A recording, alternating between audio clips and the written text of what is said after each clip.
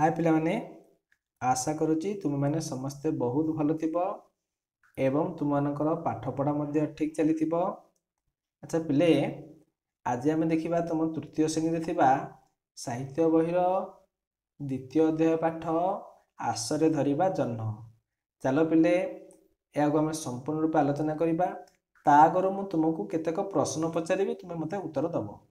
अच्छा पिले तुम्हें केबे जह्न देखिच कि देखिच? अच्छा कोठी देखिच कहले देखी जह्न कोठी देखिच ना आकाश रे देखिच नहीं? अच्छा आकाश रे केतेबेले देखिच? दिन बेले देखिच ना राति रे? राति रे देखिच नहीं कि? हो भल कथा आकाश रे जह्न देखा जाए। अच्छा बिले जह्न आउ कोठी देखा जाए तुम देखिच कि? जानिच आउ कोठी देखा जाए? हाँ पानी रे मध्य देखा जाए। केतेबेले देखा जाए कहलो? जेतेबेले आकाश रे जह्न पड़िथिबो सेतेबेले तुम जदि पानी को चाहिबो सेतेबेले जह्न पानी रे मध्य देखा दिबो। खाली जह्न नुहे पिले तुमे माने मध्य तुम मुह को दे देखिबो पानी रे तुम भलिया आउ गोटे छवि देखा दियो पानी रे जानिच ना? तुमे किंतु तुमर चेहरा पर सिना तुमको देखा दिबो हेले सेरा तुमे नुह ताको तुमे छुई पारिबोनी कहीं ना सीए तुमर गोटे अविकल गोटे छाईटा जहाँ तुम्हें मैंने प्रतिबिंब बोली कहब। तुम के दर्पण आगे ठिया ना नहीं?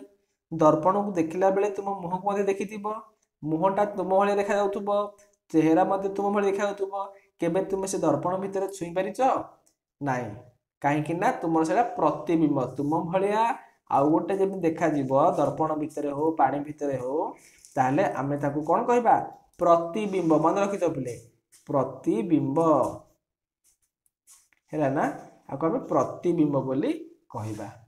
हेले पिले एठी मध्य आमे से प्रतिबिंब कौन जानिबा किंतु जानिबा आगरु केतेबेले जानिबा जेतेबेले आमे पाठटी को पढ़िबा। चलो पाठटी कौन देछि?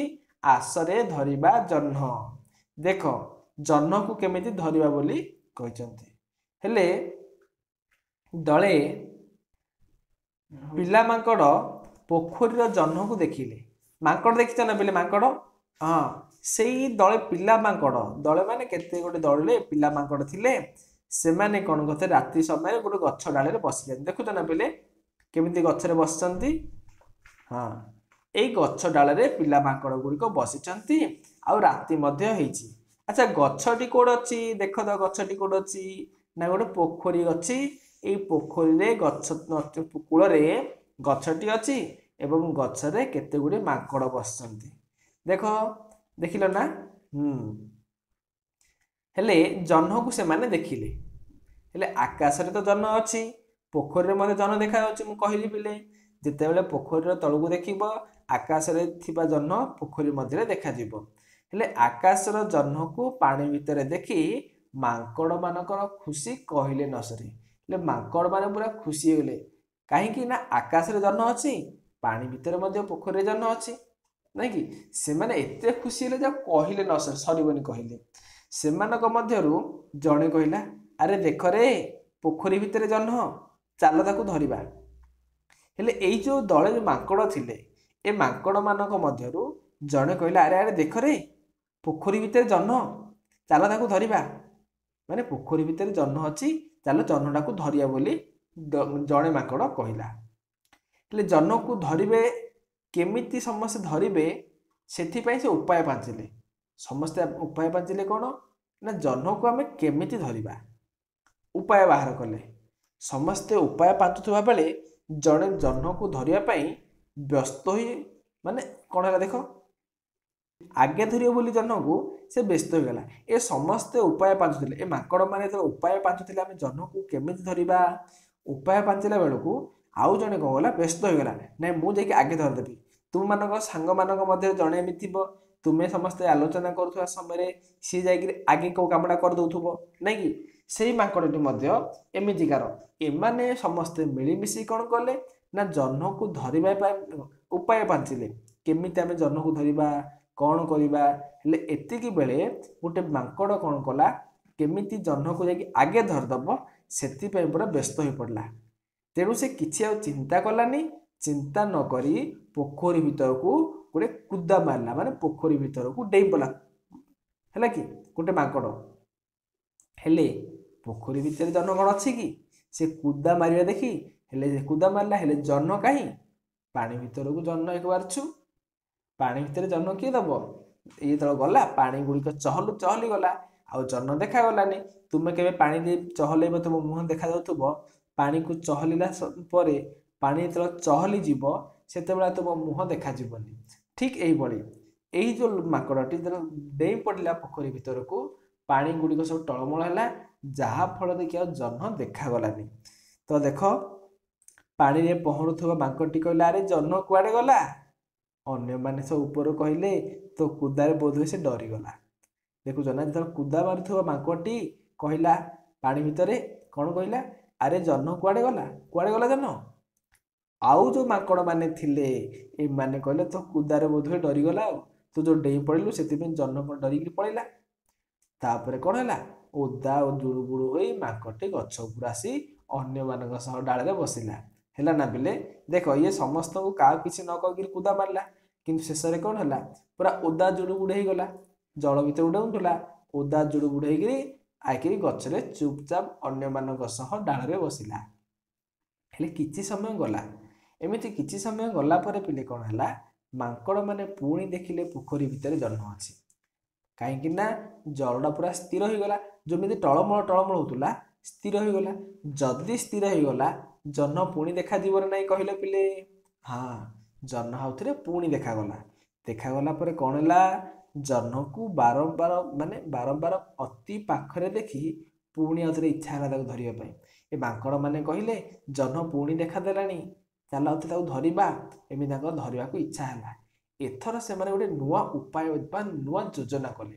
ଯୋଜନା ମାନେ କ'ଣ ପିଲାମାନେ? ଯୋଜନା ମାନେ ଉପାୟ। ଗୋଟେ ନୂଆ ଉପାୟ କଲେ। ଯୋଜନା କଲାବେଳେ ପୁରା ଚୁପଚାପ କଥା ହେଲେ, ନହେଲେ ହୁଏତ ଜହ୍ନ ଶୁଣିଦେବ। ହେଲେ ପିଲେ ଦେଖ, ଯେତେବେଳେ ମାଙ୍କଡ଼ ମାନେ ବସିକି ଯୋଜନା କଲେ, ଚୁପ୍ ଚୁପ୍ କଥା ହେଲେ। ଚୁପ୍ ଚୁପ୍ କାହିଁକି ନା, କିଏ ତମ ସାଙ୍ଗମାନେ ଯଦି ସହିତ ଯଦି କଥା ହେଲା ସମୟରେ ତୁମେ ଯଦି କାହାକୁ କଥା ନ ଜଣେଇବା ପାଇଁ ଚାହୁଁଛ, ପିଲାମାନେ ତୁମେ କ'ଣ କର? ଚୁପ୍ ଚୁପ୍ ଧୀରେ ଧୀରେ କଥା ହେଉଛ, ଧୀରେ ଧୀରେ। କାହିଁକି ନା କିଏ କାଳେ ଶୁଣିଦେବ। ଗୁପ୍ତ କଥା ଯଦି ହେଉଥିବ ତାହେଲେ ନିଶ୍ଚୟ ଚୁପଚାପ କଥା ହେଉଥିବ ନା। ତ ସେମିତି ଏହି ଯେଉଁ ମାଙ୍କଡ଼ ମାନେ କ'ଣ କଲେ? ଚୁପଚାପ କଥା ହେଲେ। କ'ଣ ପାଇଁ? କାଳେ ଜହ୍ନ ଶୁଣିଦେବ। ଶୁଣିଦେଲା ପରେ ଆଉଥରେ କୁଆଡ଼େ ଡରିକିରି ପଳେଇବ। ସେଥିପାଇଁ ସେମାନେ ସ୍ଥିର କଲେ ଗୋଟେ କାମ କରିବା। କ'ଣ କରିବା? ନା, ଜଣେ ଅନ୍ୟ ଜଣଙ୍କର ହାତ ଧରାଧରି ହୋଇ ଗଛରୁ ତଳକୁ ଲଟକିବେ ଓ ଚୁପଚାପ ଜହ୍ନକୁ ଧରିଯିବେ। କହିଲେ, ଆମେ ଆଉ ଜହ୍ନକୁ ଡେଇଁବାନି ଏବଂ ପାଣି ଭିତରେ କୁଦା ମାରିବାନି। କ'ଣ କରିବା? ନା, ଆମେ ଧରି ନିଅନ୍ତୁ ଏଇଟା ଗୋଟେ ଗଛ ଅଛି, ଏଇ ଗଛ ଡାଳରୁ ଗୋଟେ ମାଙ୍କଡ଼ ଏଇ ଡାଳକୁ ଗୋଟେ ଧରିବ, ଆଉ ହାତଟା ଧରିକି ଆଉ ଜଣକୁ ଛାଡ଼ିବ। ଇଏ ପୁଣି କ'ଣ ଗୋଟେ ହାତ ଧରିବ, ତା ହାତକୁ ଆଉ ଗୋଟେ। ଦେଖ, ଚିତ୍ର ଦେଖ ପିଲେ। ହେଲା, ଏମିତି ଗୋଟେ ଡାଳରେ କେମିତି ବସ। ଦେଖ, ଗୋଟେ ଡାଳରେ ଏମିତି ଜଣେ ଡାଳକୁ ଧରିଛି, ତା ହାତକୁ ଏମିତି କ'ଣ କରିଛନ୍ତି? ସବୁ ଓହଳିଛନ୍ତି। ଏମାନେ ଏଇ ଯୋଜନା କଲେ। କହିଲେ ଯେ ଚୁପଚାପ ରୂପେ ଆମେ କ'ଣ ଡାଳରେ ଲଟିକି ମାନେ ଓହଳିକି ରହିବା ଏବଂ ଜହ୍ନକୁ ଧରି ପକାଇବା। ଏହିପରି ଯୋଜନା କରି ସେମାନେ ଆରମ୍ଭ କରିଦେଲେ ଜହ୍ନକୁ ଧରିବା କାମ। ଏମିତି ଯୋଜନା କରିକି କ'ଣ କଲେ? ଜହ୍ନକୁ କେମିତି ଧରିବେ ସେ ଯୋଜନା ଆରମ୍ଭ କଲେ। ଏତେବେଳେ ଯାଏ ବୁଢ଼ା ମାଙ୍କଡ଼ଟି ଗଛରେ ରହି ଏମାନଙ୍କର କାମକୁ ଦେଖୁଛେ। ଗୋଟେ ବୁଢ଼ା ମାଙ୍କଡ଼, ଦେଖୁଛ ନା, ଗୋଟେ ବୁଢ଼ା ମାଙ୍କଡ଼ଟି ସେ ଗଛ ଉପରେ ଅଛି ଏବଂ ଏଇ ଛୋଟ ଯେଉଁ ମାଙ୍କଡ଼ ଗୁଡ଼ିକ ଥିଲେ ଏମାନଙ୍କର କାମକୁ ସେ ଦେଖୁଥାଏ। ମାଙ୍କଡ଼ ମାନେ ହାତ ଧରା ଧରି ଗଛରେ ଡାଳରେ ଲଟକୁଥିବା ବେଳେ ପ୍ରଥମ ମାଙ୍କଡ଼ ଡାଳ ହଠାତ୍ କ'ଣ ହେଇଛି? ଧରିଥିବା ଡାଳଟି ମଡ଼ମଡ଼ କରି ଭାଙ୍ଗିଗଲା। ହେଲେ ଏମାନେ ସବୁ ଲଟକୁଛନ୍ତି। ହେଲେ ପ୍ରଥମ ମାଙ୍କଡ଼ ଯେଉଁ ଡାଳକୁ ଧରିଛି, ଏ ଡାଳଟା ହଠାତ୍ ଭାଙ୍ଗିଗଲା, ମଡ଼ମଡ଼ ହେଇକି ଭାଙ୍ଗିଗଲା। ହେଲେ କ'ଣ ହେଲା? ଭାଙ୍ଗିଗଲା ପରେ କ'ଣ ହେଇଥିବ? ତାପରେ କ'ଣ ହେଲା? ଜାଣିଥିବ କ'ଣ ହେଇଛି ପିଲେ?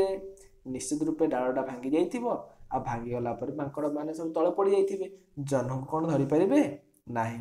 କାହିଁକି ନା ଜହ୍ନ ଜଳ ଭିତରେ ନଥାଏ, କେବଳ ଆକାଶରେ ଜହ୍ନ ଥାଏ ଏବଂ ଜହ୍ନଟିର ଛାଇ ବା ପ୍ରତିବିମ୍ବ ପାଣି ଭିତରେ ଥାଏ। ମୁଁ କହିଲି ପ୍ରଥମରେ, ଯେତେବେଳେ ପ୍ରତିବିମ୍ବ ମାନେ କ'ଣ? ତୁମର ଗୋଟେ ଛାଇଟେ ଯେତେବେଳେ ଦେଖାଗଲା ଜଳରେ, ତାକୁ ଆମେ ଧରିପାରିବାନି। ସେମିତି ଜହ୍ନର ଛାଇ ବା ପ୍ରତିବିମ୍ବକୁ ଆମେ ଧରିପାରିବା। ପିଲେ, ତୁମ ଛାଇକୁ କେବେ ଧରିପାରୁଛ କି? ନାହିଁ। ତ ଜହ୍ନକୁ ଆମେ କେମିତି ଧରିବା? ସେଥିପାଇଁ ମାଙ୍କଡ଼ ମାନେ ଓଦା ଜୁଡ଼ୁବୁଡ଼ୁ ହେଇଥିବେ। ଆଉ କ'ଣ ହେଲା? बेले वीडियोटी तुमको केमिति लागिला निश्चित कमेंट कर जनइब। ता सहित पिला माने जदि तुम माने नुआ करी हमर चैनल को बा वीडियोटी को देखुछ ताले चैनल को सब्सक्राइब कर देबो आ पाखे थिबा बेल आइकन दबाई देबो। काहेकि ना आम एमिति सुंदर भाव में गप गुड़ी को पढ़ा एवं यार प्रश्न उत्तर गुड़ी को करवा ताहले तुम केमिति देखिबो ताहले आम चैनल को सब्सक्राइब करिथाओ। मु परवर्ती वीडियो रे यार प्रश्न उत्तर करी मु तुमरो समस्त पाठ को एमिति प्रश्न उत्तर सह संपूर्ण भल भाव में बुझीबा। तो से चैनल को आम सब्सक्राइब कर दियंतु। ओके परवर्ती वीडियो पे देखा रहुची। Bye bye.